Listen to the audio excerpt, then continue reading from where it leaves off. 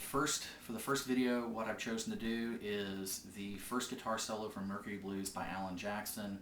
Part of the reason was namely because I couldn't find any really well done videos for this solo. There are at least one that I'm aware of, and it's kind of sketchy, so I thought I'd put a good one out there, not to sound arrogant. But at any rate, we'll go ahead and listen to the audio, hear the solo, I'll pause it, go through it lick by lick, and then we'll play it again, and I'll play along with it the last time. So here we go.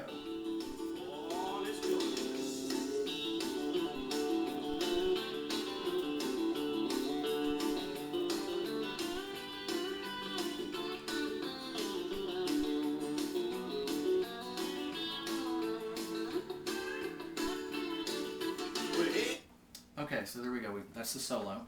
And breaking it down, starting with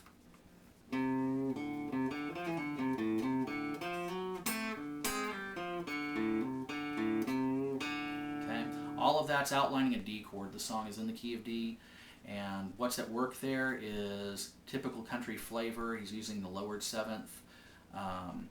Really, if it's a major sound, typically that would be the raised seventh, half step below the root. But at any rate, you could call it minor if you wanted to. It really kind of depends on how you want to think of it. I just think of it as that thing that country players do.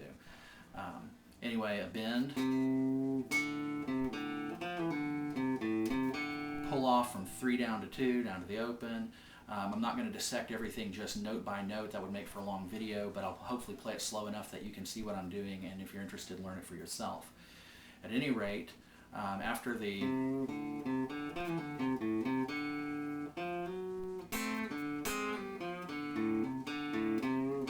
what he's doing there is he's going from F to F sharp. F sharp is the third of a D chord. Then from there, what he's doing is he's outlining a D7 chord. You've got a C natural and an A. And from there,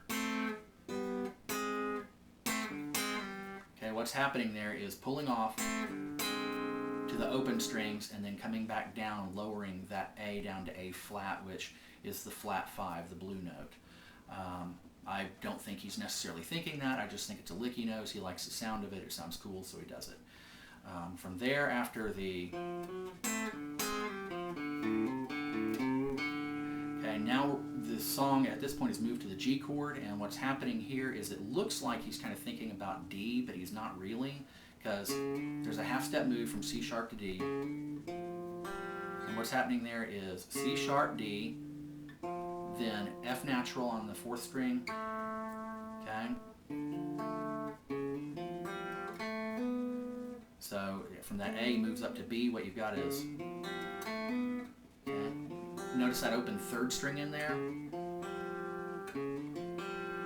Country players like open strings. It's a big part of the style, a big part of the sound.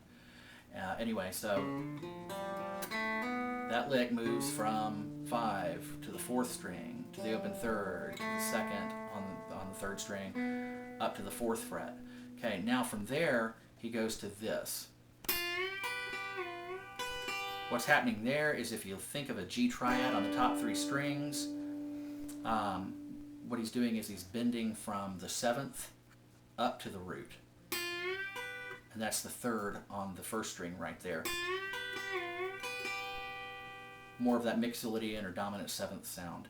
At any rate, people have played that sliding. It's not. It's stationary top note. Okay, so those are bends going up to G. Again, thinking about the top of that G chord. Okay. Then from there, we're back to D. And what he's going to do is he's got an A on the 2nd string, and the 3rd finger's playing an F natural on the 3rd, and that's bending up to an F sharp, up a half step bend. And this happens very briefly. It doesn't last long. Okay, but that's outlining a D chord, basically. You've got the 3rd and the 5th of that D chord. Okay, then down to the 5th position, your 3rd finger, 3rd string, 4th string, okay? Then back to that A note on the 4th string, pull off and then slide. So that whole lick is